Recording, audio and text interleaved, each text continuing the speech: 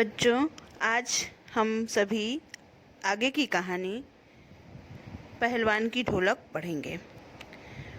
Page number 4, कहानी का page number 4 है। लोगों के आश्चर्य की सीमा नहीं रही। लुट्टन दांव काटकर बाहर निकला और तुरंत लपक कर उसने चांद की गर्दन पकड़ ली। वाह रे मिट्टी के सिर! अच्छा, बाहर निकल आया, इसीलिए तो जनमत बदल रहा था।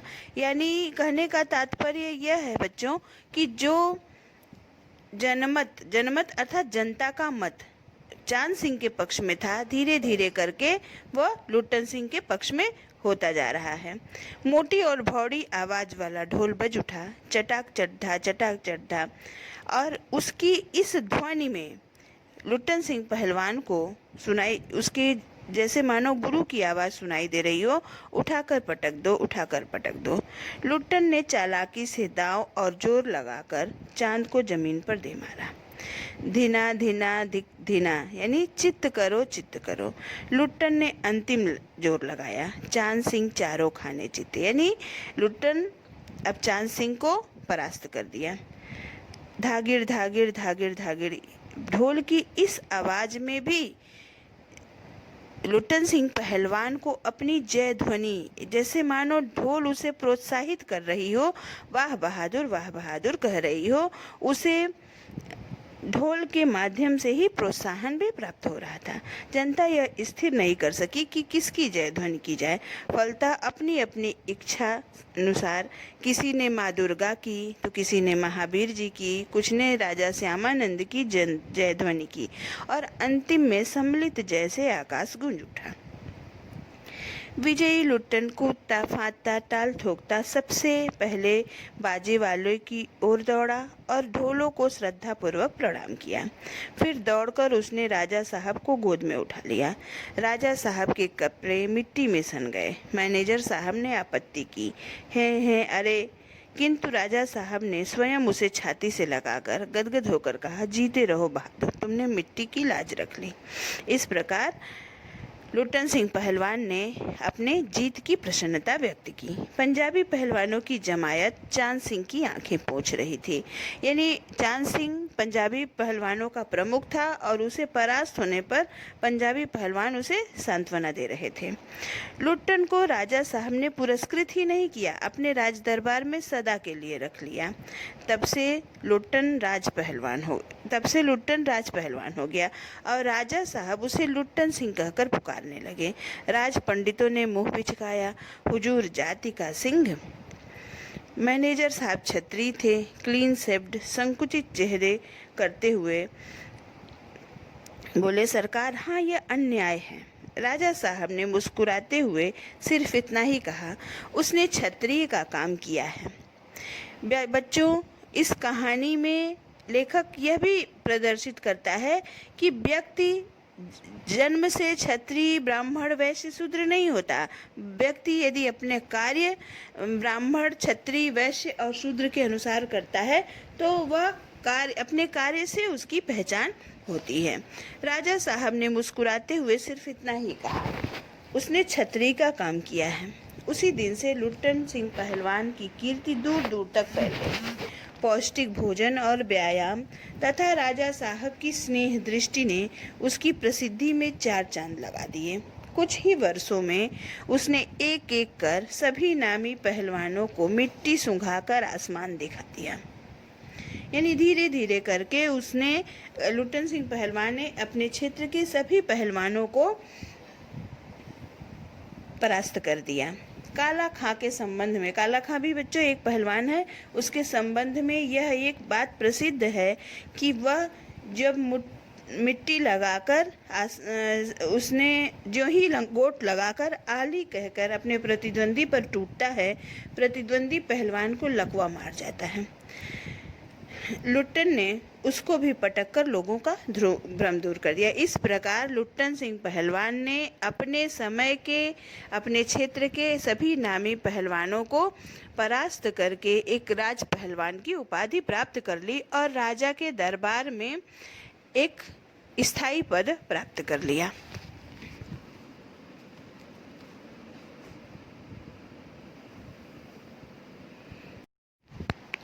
उसके बाद से वह राज दरबार का दर्शनीय जीव ही रहा। दर्शनीय जीव कहने का तात्पर्य बच्चों इस सेंस में है कि वह उसके बराबरी का तो न तो कोई पहलवान मिलता जिससे उसको उसकी लड़ाई हो, और न ही राजा साहब उसे लड़ने की अनुमति देते।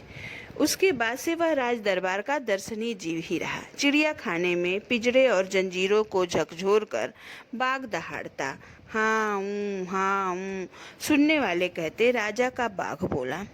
ठाकुर बाड़े के सामने पहलवान गरजता, महावीर, लोग समझ लेते पहलवान बोला।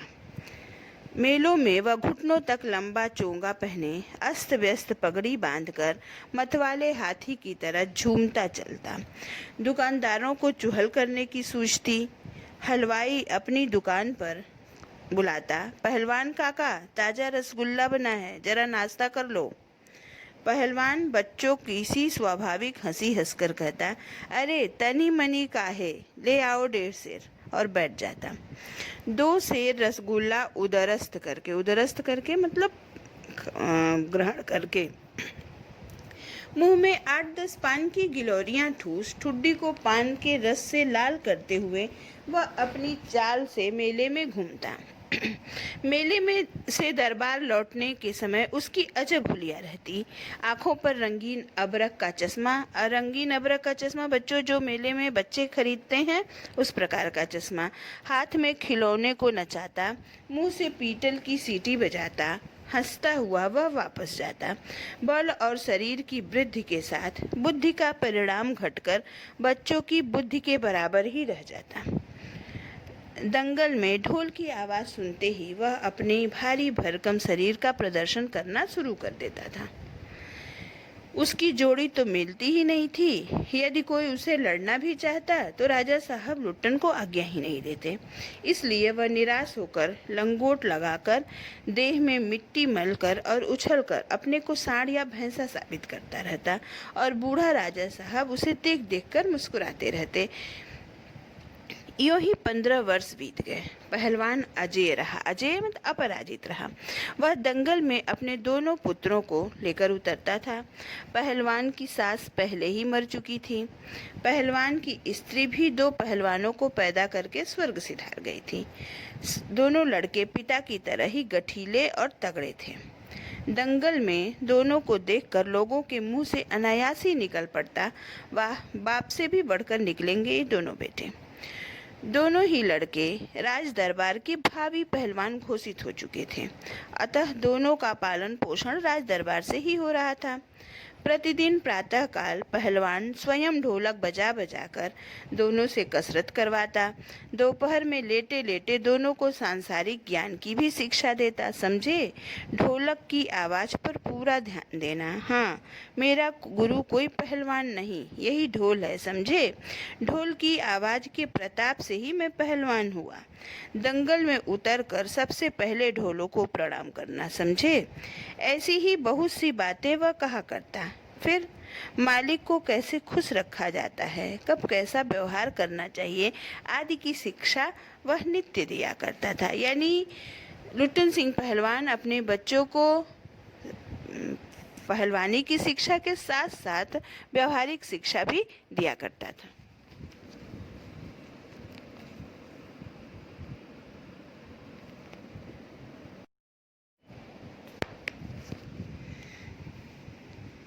किंतु उसकी शिक्षा दीक्षा सब किए कराए पर एक दिन पानी फिर गया। वृद्ध राजा साहब स्वर्ग सिधार गए। नए राजकुमार ने विलायत से आते ही राज्य को अपने हाथ में ले लिया। राजा साहब के समय शिथिलता आ गई थी। राजकुमार के आते ही दूर हो गई। बहुत से परिवर्तन हुए। उन्हीं परिवर्तनों की चपेटा घाट में पड़ा पहलवान भी। दंगल का स्थान घोड़े की रेस ने ले लिया। पहलवान तथा दोनों भावी पहलवानों का दैनिक भोजन व्यय सुनते ही राजकुमार ने कहा, टेरेबल। नए मैनेजर साहब ने कहा, हॉरिबल। पहलवान को साफ जवाब मिल गया, राज दरबार में उसकी आवश्यकता नहीं। उसको गिड़गिड़ाने का भी मौका नहीं दिया गया।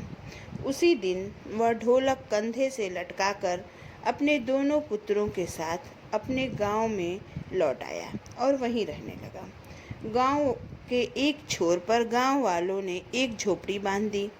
वह वहीं रहकर गांव के नौजवानों और चरवाहों को कुश्ती सिखाने लगा। खान पान के का ख्याल गांव वालों की ओर से बधा हुआ था। सुबह शाम वह स्वयं ढोलक बजाकर अपने शिष्यों और पुत्रों को दाव पेच वगैरह सिखाया करता था। गांव के किसान और खेतिहर मजदूर के बच्चे भला क्या खाकर कुश्ती सीखते। धीरे धीरे पहलवान का स्कूल खाली पड़ने लगा। अंत में अपने दोनों पुत्रों को ही वह ढोलक बजा बजा कर लड़ाता रहा, सिखाता रहा। दोनों लड़के दिन भर मजदूरी करके जो कुछ भी लाते उसी में गुजर होती रही। अकस्मात यानी अचानक गांव पर एक यह वज्रपात हुआ। पहले अनावृष्टि यानी सूखा, फिर अन्न की कमी और उसके बाद मलेरिया और हैजे ने मिलकर गांव को भूनना शुरू कर दिया।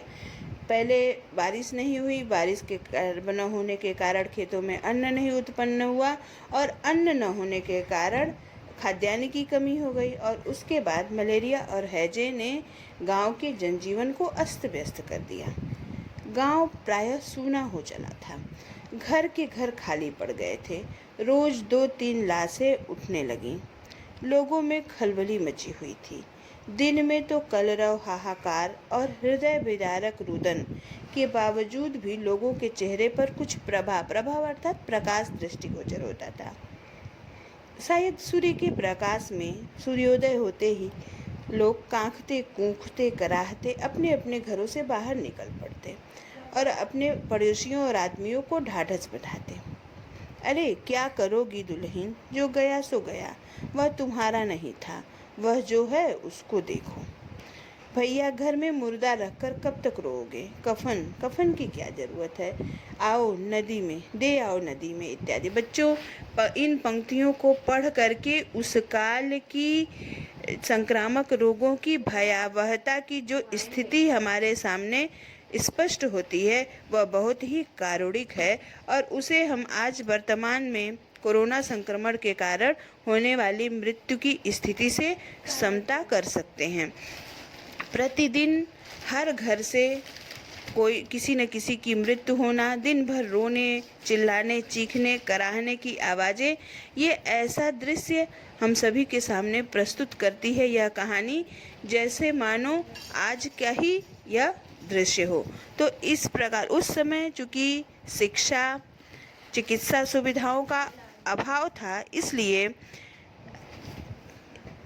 गांव की यह भयावह स्थिति लेखक ने हम सभी के समक्ष प्रस्तुत की है।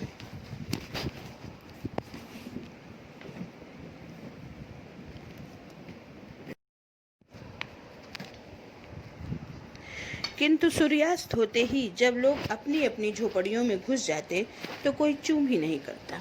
उनकी बोलने की शक्ति भी जाती रही थी। पास में दम तोड़ते हुए पुत्र को अंतिम बार बेटा कहकर पुकारने की हिम्मत भी नहीं होती माताओं की। बच्चों, यह मलेरिया और हैजे की विभीषिका से पूरा गांव जिस तरह से त्रस्त और नष्ट हो चुका था, उसकी स्थिति लेखक ने इन शब्दों में व्यक्त की है। रात्रि की विभीषिका, रात्रि की जो कष्टप्रद स्थिति है को सिर्फ पहलवान की ढोलक ही ललकार कर चुनौती देती रहती। यानी रात्रि में कहीं से कोई आवाज़ नहीं आती, बस एक आवाज़ सुनाई देती है, वह है पहलवान की ढोलक। पहलवान संध्या से सुबह तक चाहे जिस ख्याल से ढोलक बजाता हो, किंतु गांव के बच्चे, बूढ़े, जवान कोई शक्तिहीन आंखों के आगे दंगल का दृश्य नाचने लगता है। स्पंदन शक्ति शून्य स्नायुओं में भी मलेरिया और हैजे के कारण जो शरीर निष्प्राण हो चुके थे, उनमें भी ढोलक की आवाज़ सुनने के बाद एक हरकत आ जाती थी, जैसे मानो ढोलक की आवाज़ सुन करके उनके अंदर बीमारी से लड़ने की शक्ति उत्पन्न हो जाती थी। लेखक कहते हैं स्पंदन शक्ति शून्य स्नायुओं में भी, यानी वो उन नसों में भी जो महामारी के कारण शून्य पड़ गए हैं, उनमें भी हरकत होने लगती थी।